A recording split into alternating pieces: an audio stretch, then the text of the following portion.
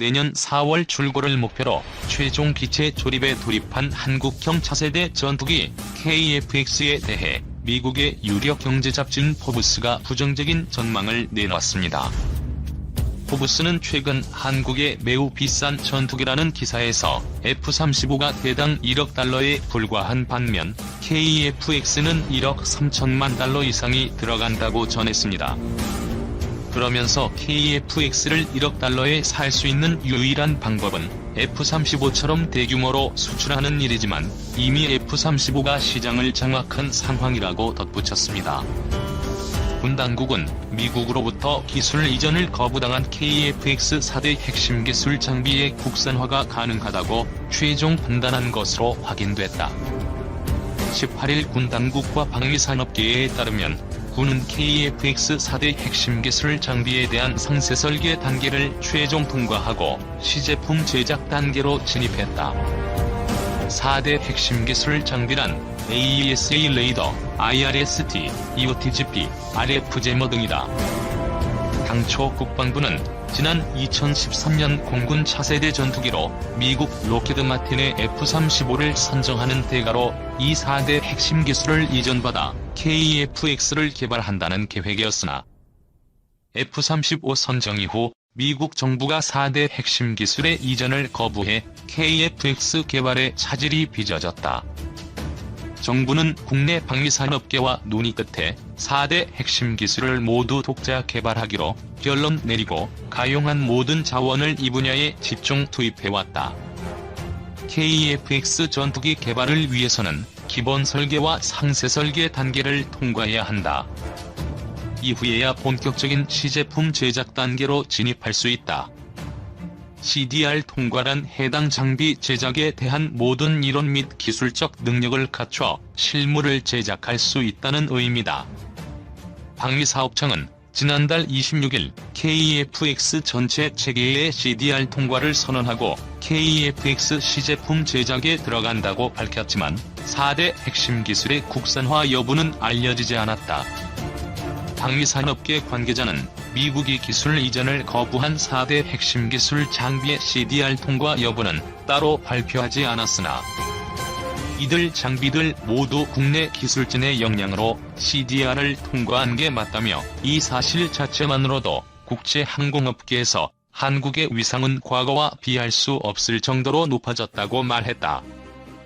4대 핵심 기술 장비는 국방부 산하국방과학연구소 주도로 개발됐으며 AESA 레이더, IRST, EOTGP 등 3개 장비는 한화 시스템이, RFJM은 LIG 넥스1이 개발해 CDR을 통과했다. 국내 업체에 의해 개발된 4대 핵심 기술 장비는 향후 국내외 각종 방위산업 전시회에 전시돼 한국 국방기술의 첨단 수준을 세계에 알리는 역할도 하게 된다. 현재 성남 서울공항에서 열리고 있는 동북아 최대 방산 전시회인 아덱스에서 최초로 4대 핵심 기술 장비가 일반에 공개되고 있다. 그러나 AESA 레이더와 EOTGP 등 형상 자체가 기밀로 분류되는 장비는 앞에 전자 스크린이 설치돼 제한적인 관람만 허용된다. 22일 국회 국방위의 공군본부 국정감사에서는 우리 군이 도입할 미국제 F-35E 전투기의 핵심 기술 이전 문제가 도마에 올랐다. 미국 정부의 수출 승인 거부와 우리 군 당국의 부실 대응이 비판을 받았다. 우리 군이 F-35E를 40대 사들이면서 절충 교역으로 4가지 핵심 기술을 사실상 이전받기로 로키드 마틴과 계약했다가 미국 정부로부터 승인 거부당했기 때문이다. AESA 레이더, 적외선 탐색 및 추적 장비, 전자광학 표적 추적 장비, 전자전 방해 장비 등 기술은 차기 한국형 전투기 사업에 필수적이다. 새정치민주연합 안기백 의원은 지난해 국정감사 때 방위사업청과 공군은 절충교역이 합의됐다면서 장밋빛 미래를 얘기했지만 지금 상당히 어려운 지경에 이르렀다. 군 당국은 미국 정부도 승인할 수밖에 없을 거라고 얘기했었다고 지적했다. 안 의원은 기술 이전 지연에 따라 여러 우려가 제기되는데 KF-X 사업에 대책이 있느냐고 추궁했다. 그러면서 미 측의 기술 이전을 강력히 요구하고 손해배상까지 요구해야 한다며 너무나 안일하게 정책을 펴온 공군에도 책임이 있다. 수건 사업인 보람의 사업에 차질이 생기고 연공에 구멍이 생기게 됐다고 말했다. 같은 당 문재인 의원도 지난해 F-35 선정 과정에서 지속적으로 군은 절충 교역을 통해 기술을 이전받게 됐다. 한국형 전투기 사업의 기술이 그대로 반영된다고 늘 설명해왔다. 그래서 국민도 그렇게 알고 있다면서 미국이 계약을 위반한 것이냐, 군이 국민을 속이고 있는 것이냐고 질타했다. 문 의원은 미국과 무기 도입 계약에서 이런 일이 되풀이됐다. 기술 이전이나 그럴듯한 조건을 걸어서 계약 체결하게 만들고 정작 계약 뒤엔 딴소리를 했다며 이렇게 될 것이었다면 처음부터 유럽 기종을 선택하는 게 낫지 않았느냐고 비판했다. 새누리당 유승민 의원은 우리 군 당국의 문제점을 질타했다. 유 의원은 4개 핵심 기술에 대한 이해는 아예 신청도 안 했던 것 아니냐. 당국은 아예 가망이 없다고 판단해 4개 기술 이전에 대한 승인 신청을 안 했다며 다만 4개 기술을 전투기에 통합하는 기술, 그것을 신청했다가 지난 4월에 거부당한 것이라고 말했다. 유 의원은 한심한 것은 우리 국방부와 외교부, 방사청은 이를 거부당한 뒤 아무 조치도 취하지 않다가 8월에 와서야 국방부 차원의 협조 공문을 미 측에 보냈다며 뒷북치는 일이 되지만 미국에 다시 한번 협조 요청해야 하고, 이 부분은 추후 한미정상회담이나 11월 한미연례안보협의회의에서 의제로 다뤄야 한다고 촉구했다. 정경두 공군 참모총장은 여야 의원들의 질의에 핵심 기술 부분은 미국 정부의 이해율이 이루어진다면 이전한다는 조건이었다고 해명했다. 그러면서 그러나 절충교역으로 다른 기술들을 이전받는 데는 문제가 없다고 답했다. 특히 미국이 4개 기술을 제공하지 않아도 한국형 전투기 개발에는 문제가 없다고 강조했다. 그는 미국 정부가 승인해 록히드 마틴이 기술 이전을 해주면 좋은데 안되면 대안으로 제3국 기술을 도입하는 방안이나 독자 개발 방안 등을 추진할 수 있다고 덧붙였다.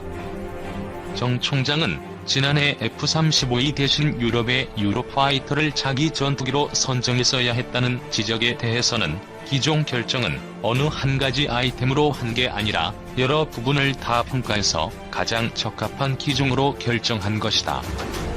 꼭 4개 기술 부분만 가지고 얘기할 수는 없다고 반박했다.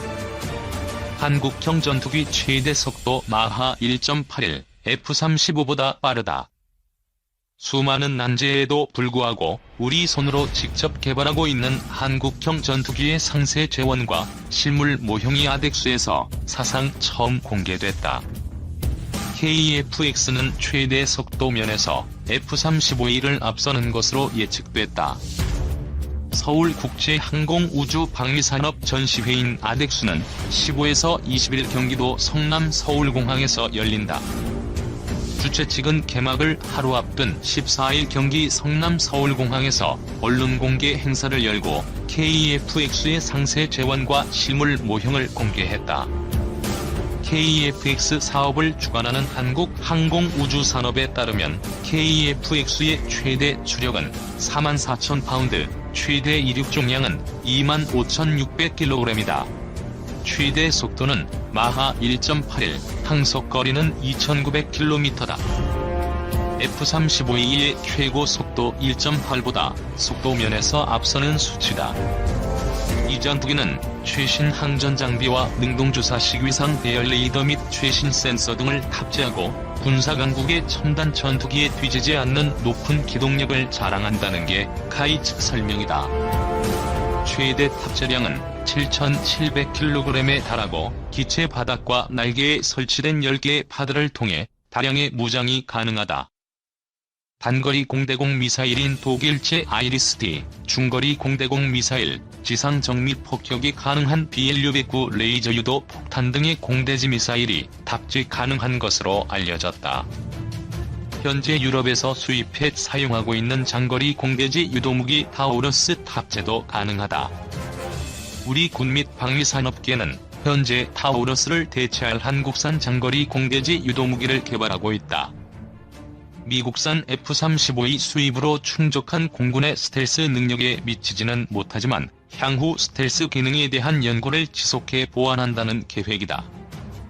카이 측은 5세대 전투기와 비교해 상대적으로 떨어지는 스텔스 기능에 대해 KF-X 개발이 완료된 이후에도 계속 강화해 나간다는 방침이다.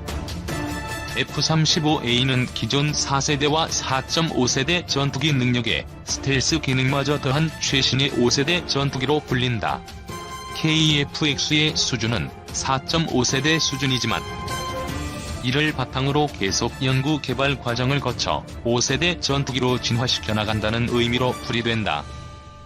카이 측은 설명자료에서 한국 공군 전력 유지 및 미래전장 운용 능력을 갖춘 항공기로 향상된 생존 확률과 협동작전, 후속 지원 시스템, 공중우세 확보 및 지해상 정밀 타격 수행이 가능한 다목적 전투기라고 설명했다.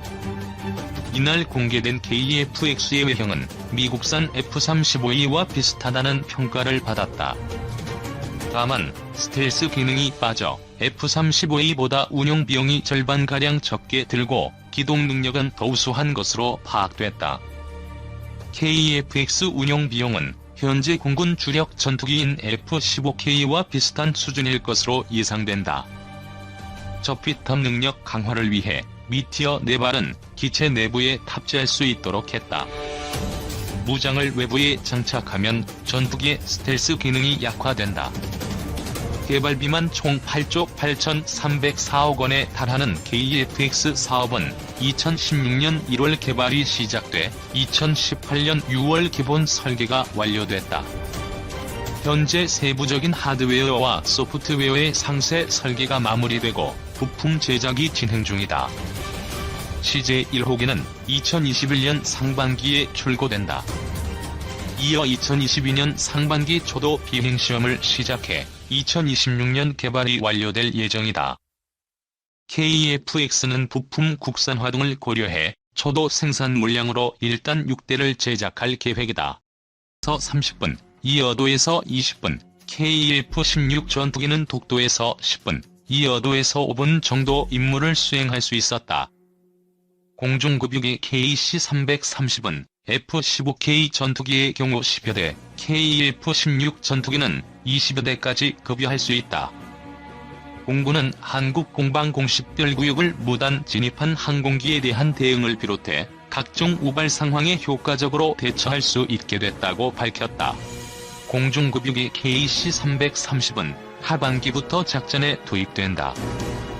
공군은 공중급유기 KC-330의 백조자리를 뜻하는 시그너스란 이름을 붙였다. 공군 관계자는 KC-330이 이륙하는 모습을 보면 마치 백조가 날갯짓을 하며 하늘로 날아오르는 듯하다며 하늘에서 전투기에 공중급유할 때는 백조떼가 V자 대열로 날아가는 모습을 떠올리게 한다고 설명했다. 정경두 장관은 축사를 통해 오늘 전력화되는 공중급유기는 급변하는 안보 상황에서 전방위 위협에 대응하기 위한 우리 군의 역량을 한층 강화시켜줄 것이라며 이제 우리 공군은 세계 수준의 강한 힘을 갖추고 국민의 생명과 안전을 더욱 적극적으로 지켜나가야 한다고 강조했다. 이완군 공군참모총장은 기념사에서 공중급유기 도입으로 대한민국의 항공우주력이 전략전술적 차원에서 커다란 전기를 맞이하게 됐다고 밝혔다. 공군 KC-330 공중급유기 선보입니다. 김홍준 기자 승인 2019년 01월 30일 19시 59분 지면 게재일 2019년 01월 31일 목요일 질면 지면 보기 기사 공유하기. 공군은 30일 김해 기지에서 정경두 국방부 장관 주관으로 국회 국방위원회 위원, 역대 공군 참모총장 등이 참석한 가운데 KC-330 공중급유기 전력화 행사를 실시했다. 이날 행사는 방위사업청의 사업 추진 경과 보고를 시작으로 항공기명 명명식, 표창 및 감사패 수여, 공군 참모총장 기념사와 국방부 장관 축사 순으로 진행됐다. 이날 전력화된 KC-330 공중급유기는 2015년 6월 국방부 방위사업추진위원회에서 기종이 결정된 후 같은 해 7월 에어버스사와 계약을 체결했다. 공군은 2018년 9월 제161 공중급유 비행대대를 창설하여 같은 해 11월 1호기를 국내에 도입했고 올해 4월에 2호기, 8월에 3호기, 12월에 4호기를 추가 도입해 2020년 7월부터 정상작전을 수행할 예정이다. 두 번째 글로벌 호크 국내 이송, 미 대사 축하. 고고도 무인 정찰기 글로벌 호크가 두 번째로 국내에 도착했습니다.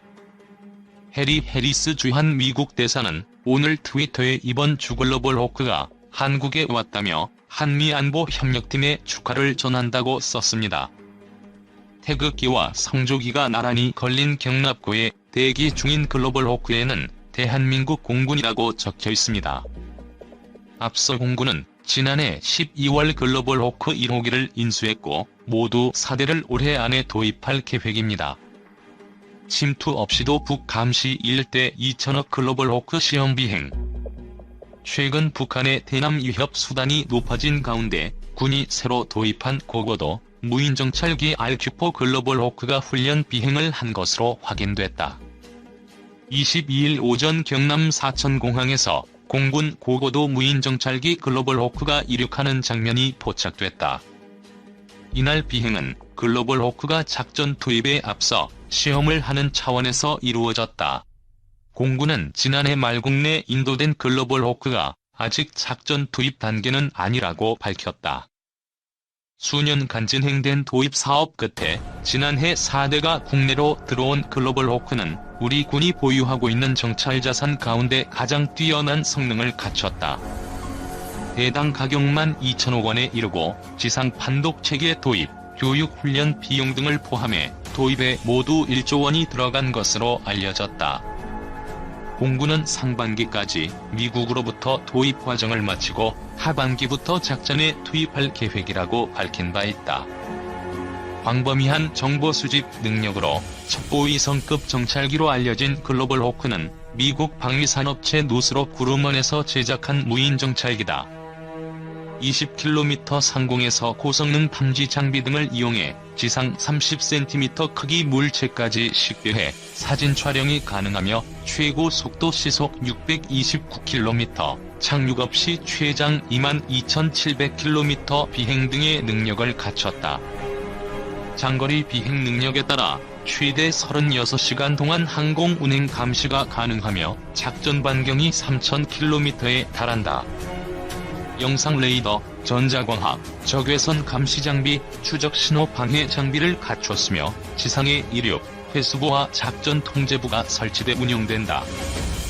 이 같은 능력에 따라 글로벌 호크는 격추 위험이 있는 침투 정찰이 아닌 우리 공역에서 운항하며 원거리 감시를 수행하게 된다. 글로벌 호크가 한반도에서 본격적으로 작전을 펼칠 경우 주야간, 날씨와 무관하게 북한 전지역 감시가 가능하다. 이에 따라 위성 사진에 의존하고 있는 핵미사일 동향 추적 등이 좀 더 수월해질 것으로 보인다.